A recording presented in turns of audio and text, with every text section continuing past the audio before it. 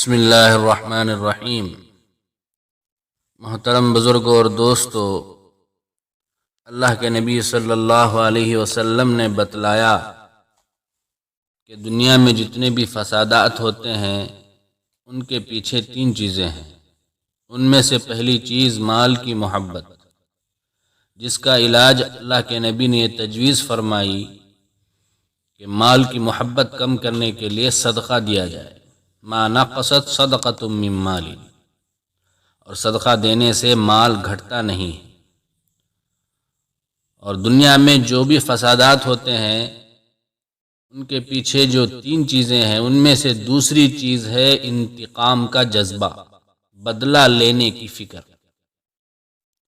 جب ہم کو کسی سے کوئی تکلیف پہنچتی ہے، اس کی زبان سے یا اس کے کسی عمل سے یا اس کے کسی معاملے سے، تو جب تک ہم بدلہ نہیں لیتے تب تک ہمیں سکون نہیں ملتا۔ کوئی ہمیں گالی دیتا ہے تو جب تک ہم اس کو 100 گالی نہ دے دیں ہمیں سکون نہیں ملتا۔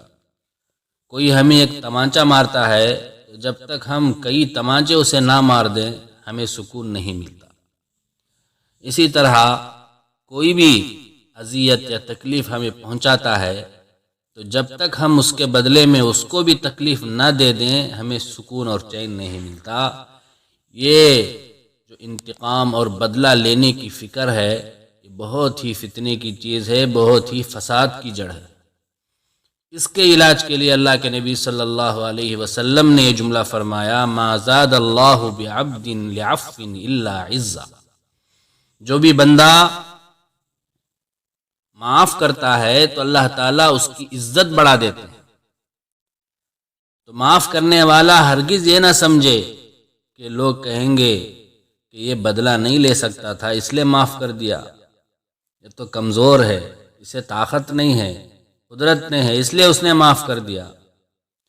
تو ایسا ہرگز نہ سمجھے، بلکہ یہ سمجھے کہ اللہ تعالیٰ میری عزت بڑھائیں گے، دنیا میں بھی عزت بڑھائیں گے، آخرت میں بھی عزت بڑھائیں گے، اور جس کو معاف کر دیا اس کے دل میں بھی عزت ڈال دی۔ بزرگوں اور دوستو، یہ اللہ کے نبی کی حدیث ہے۔ حدیث کو سمجھنے کے لیے ہمیں نبی صلی اللہ علیہ وسلم کی زندگی کو اٹھا کے دیکھنا چاہیے کہ اللہ کے نبی نے اپنی زندگی میں کیسے عمل کیا۔ تو ہم کتابوں میں دیکھتے ہیں تو ہمیں ایک واقعہ ملتا ہے۔ ایک مرتبہ صحابہ کرام اور نبی اکرم صلی اللہ علیہ وسلم ایک جنگ سے واپس مدینہ آ رہے تھے۔ سخت دھوپ تھی، تیز دھوپ پڑ رہی تھی۔ تو ایک جگہ بہت سے جھاڑ تھے، سایہ دار جھاڑ۔ تو صحابہ کرام اور آپ صلی اللہ علیہ وسلم نے سوچا کہ یہاں تھوڑی دیر رک کر آرام کر کے جائیں۔ چنانچہ ایک جھاڑ کے نیچے نبی اکرم صلی اللہ علیہ وسلم سو گئے، اور الگ الگ درختوں کے پاس، جھاڑ کے پاس دوسرے صحابہ کرام سب کے سب آرام فرمانے لگے۔ اور آپ صلی اللہ علیہ وسلم نے اپنی تلوار جھاڑ کی ایک ڈالی کو لٹکا کر سو رہے تھے۔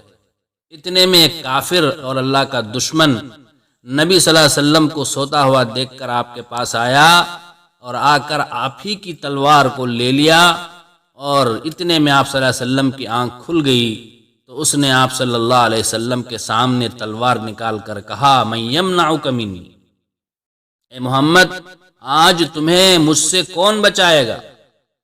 تو بزرگوں اور دوستو، اللہ کے نبی صلی اللہ علیہ وسلم نے بڑے اطمینان سے، سکون سے جواب دیا، اللہ مجھے بچائے گا۔ آپ کی زبان سے یہ لفظ اللہ نکلنا تھا کہ اس کے ہاتھ سے تلوار نیچے گر گئی۔ تو فوراً آپ صلی اللہ علیہ وسلم نے تلوار کو اپنے ہاتھ میں اٹھا لیا، اور اب الٹا آپ صلی اللہ علیہ وسلم نے اس سے پوچھا، من یمنعک منی، تو بتا مجھے کون بچائے، تجھے کون بچائے؟ تو وہ بالکل ہکا بکا رہ گیا، اس کی زبان سے کچھ بھی نہیں نکلا، اور اس نے کہا کہ افسوس میرے ساتھ کوئی یہاں نہیں ہے، مجھے کوئی بچانے والا نہیں ہے۔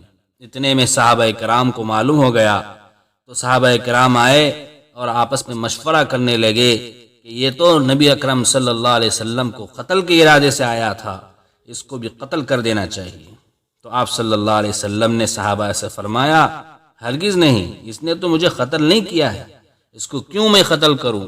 اور آپ کیوں قتل کریں گے، اس لیے چھوڑ دو۔ تو آپ صلی اللہ علیہ وسلم نے طاقت کے باوجود، خطرت کے باوجود اس شخص کو چھوڑ دیا جو آپ کو قتل کرنے کے لیے آیا۔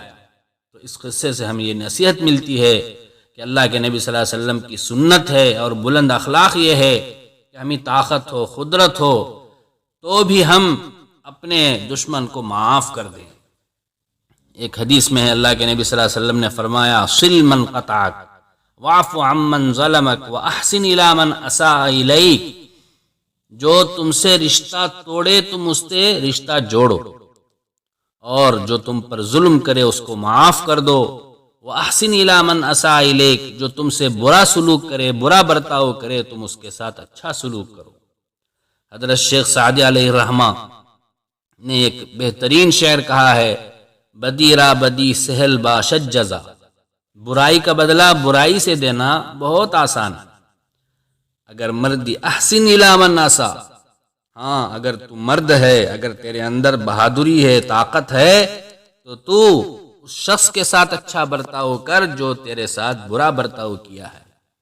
تو بزرگوں اور دوستو، ان احادیث سے اور ان واقعات سے ہمیں یہ سبق ملتا ہے کہ ہمیں معافی کا جو ہے جذبہ اپنے اندر پیدا کرنا چاہیے، نبی اکرم صلی اللہ علیہ وسلم کی سنت کو اپنانا چاہیے۔ یہ اگر ہم اپنائیں گے تو دنیا میں جتنے بھی فتنے ہوتے ہیں، لڑائیاں ہوتی ہیں، فسادات ہوتے ہیں، وہ سب کے سب جو ہے کم ہو جائیں گے۔ اللہ تعالی ہمیں عمل کی توفیق عطا فرمائے۔